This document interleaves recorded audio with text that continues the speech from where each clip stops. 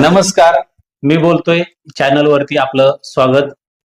मित्रांनो, आज आपण एमआयएमच्या तिकिटावर एकमेव हिंदू नगरसेवक या महाराष्ट्रामध्ये सर्वात जास्त चर्चा या नगरसेवकाविषयी होती. कारण का आत्ताच आपण मुंबई महानगरपालिकेचा निकाल लागला. या मुंबई महानगरपालिकेच्या निकालामध्ये एमआयएमचे एकूण 8 नगरसेवक निवडून आले. या नगरसेवकांमध्ये एकमेव हिंदू नगरसेवक निवडून आलेला आहे. तो कोण आहे हेच आपण पाहणार आहोत.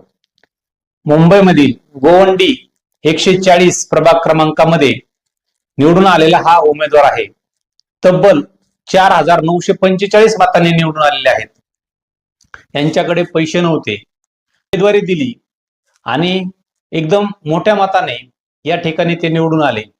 त्यांचं नाव आहे विजय उबाळे.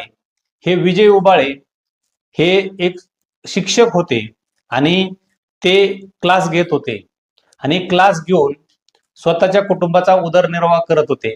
हे करत असताना असुद्दीन ओवेसी यांनी एमआयएमच्या तिकिटावर त्यांना मुंबईमध्ये मोठ्या मताधिक्याने निवडून आले आणि याच उमेदवाराची या मतदारसंघामध्ये खूप मोठी चर्चा होती.